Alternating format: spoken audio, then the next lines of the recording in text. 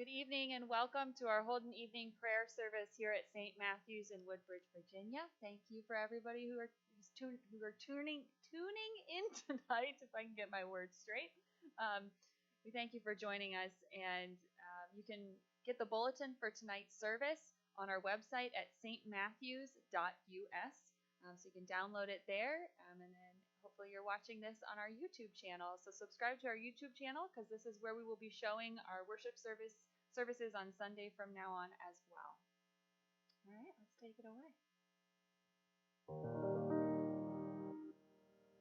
Jesus Christ, you are the light of the world. The light no darkness can overcome. Stay with us now, for it is evening, and the day is almost over. Let your light scatter the darkness, and shine within your people here.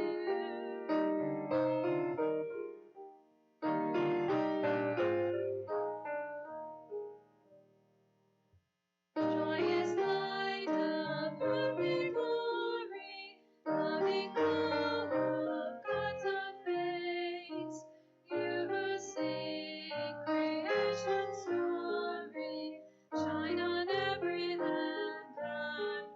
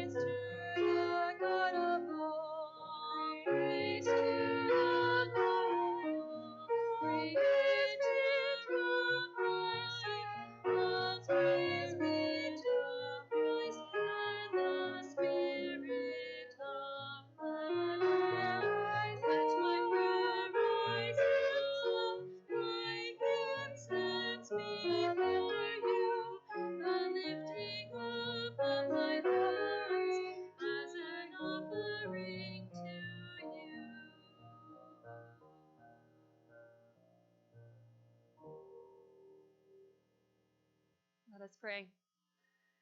May our prayers come before you, O God, as incense, and may your presence surround and fill us, so that in union with all creation we might sing your praise and your love in our lives. Amen. Now we have a reading from the book of 1 Samuel.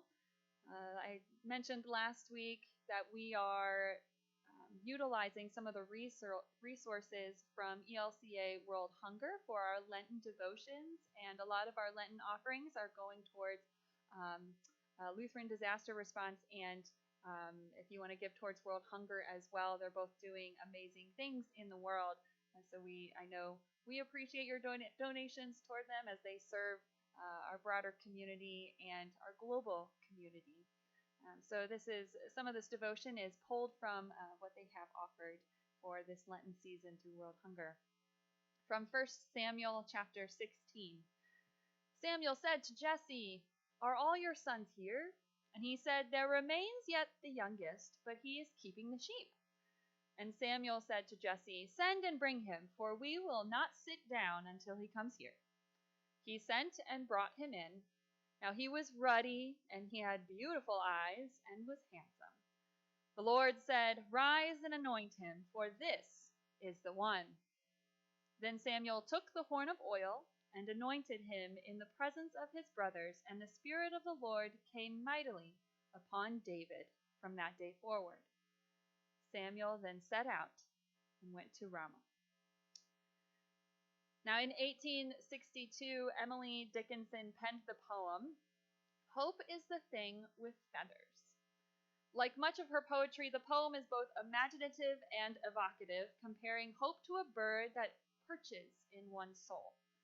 For Dickinson, hope continues singing and never stops at all, despite the tumult of life. In the last stanza of the poem, she describes this great gift that inspires her freely without demanding a crumb from the one who hopes. It says, "I've heard it in the chillest land and on the strangest sea, yet never in extremity it asked a crumb of me." Hope continues to sing in the difficult, most chaotic times, and in so doing strengthens the poet's resolve to keep moving despite what life may throw at her. It demands nothing but sweetly sings and keeps one warm in the bitter cold. One would have to wonder if Samuel felt the same about his hope. In the reading from 1 Samuel for this week in Lent, Samuel is sent by God to anoint a new king after Saul has been found wanting. Fearing Saul's vengeance on him, but hoping that God has a new plan for his own safety and the safety of his people, Samuel journeys to the house of Jesse, where God reveals the young boy David to be the chosen one. Is hope the thing with feathers when we're confronted with such circumstances? Certainly, hope and trust in God inspired and encouraged Samuel. In hope, he undermined Saul by traveling with intent to Jesse's house. In hope, he listened to the voice of God in seeing David in the leader God had chosen. Samuel's hope was obviously perched deep in the soul, but it was far from an undemanding free gift. The hope of Samuel was a challenge, forcing him to confront his fears of Saul and his own preconceptions about what a leader ought to look like. His hope for the future of Israel demanded that he let go of his own safety and his own perspective and see the world as God sees it. "Do not look on his appearance or on the height of his stature, because I have rejected him, for the Lord does not see as mortals see. They look on the outward appearance, but the Lord looks on the heart." We are living in a time where leaders have been forced to make decisions rapidly, on the hour, regarding the safety and health of you and I, of all of our neighbors. Anxiety, stress, frustration, they all abound. There's a certain rawness to what we are feeling and experiencing, a certain vulnerability, and we look to our leaders to provide direction. We expect leaders to be individuals of power and resolve, And in many ways, we've witnessed political leaders make decisions based on money and how they can get more power in the past. Authenticity and empathy are being put to the test right now. And it raises the question of what we expect to see in a leader. In our world leaders, in political leaders, community leaders, church leaders, and maybe even what we expect of ourselves as leaders. So a few questions for contemplation, and feel free to comment on YouTube if you wish to share your perspective on the YouTube chat. Where did you learn what it means to be a leader? What leaders have inspired you along your path?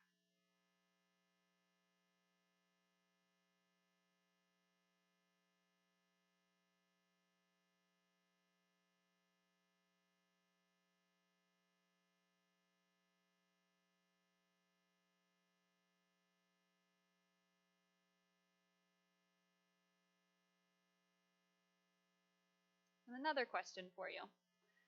How has our current situation begun to affect your perspective on what it means to be church in our world today?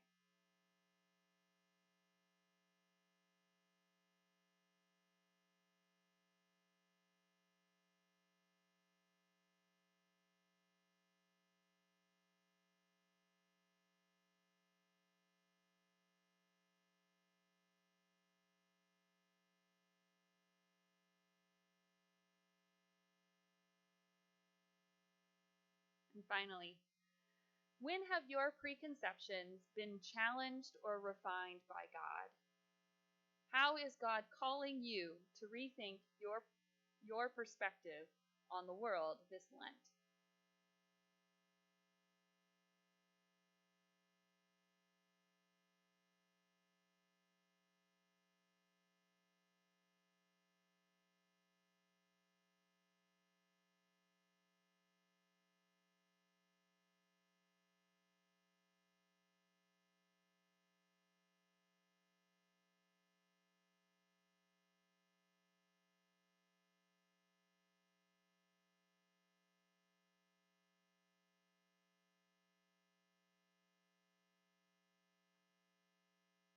I invite you to please pray with me. Inspiring God, we give thanks for the leaders you lift up in our midst. Open our hearts to your inspiration that we may welcome the leaders you send to us and respond when you call us ourselves. Amen. We continue our evening prayer service this night. If you follow along in your bulletin, we will be singing the Annunciation, and then we invite you to come in as we sing the Magnificat.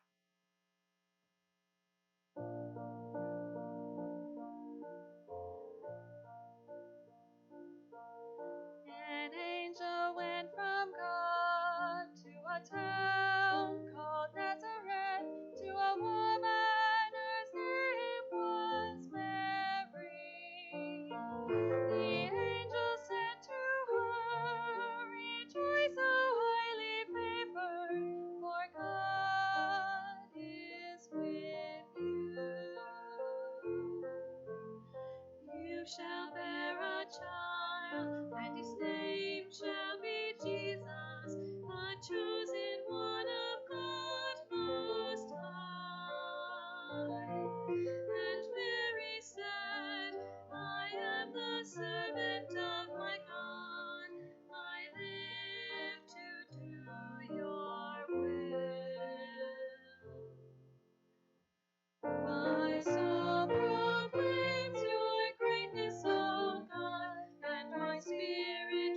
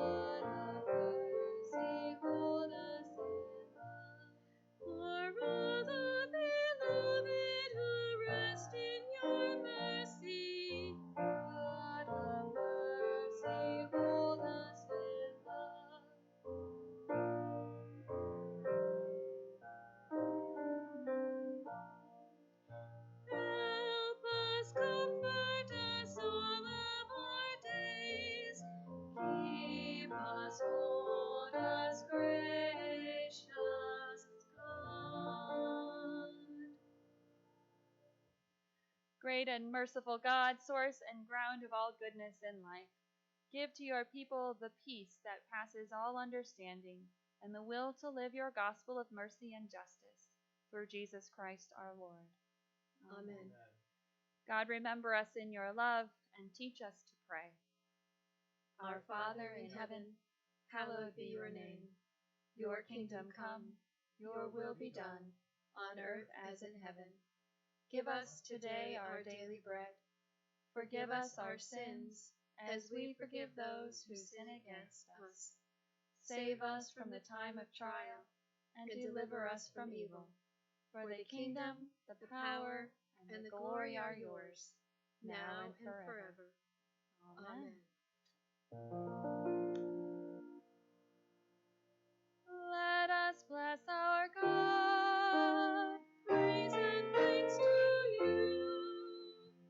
May God, Creator, bless us and keep us. May Christ be ever light for our lives. May the Spirit of love be our guide and path for all of our days.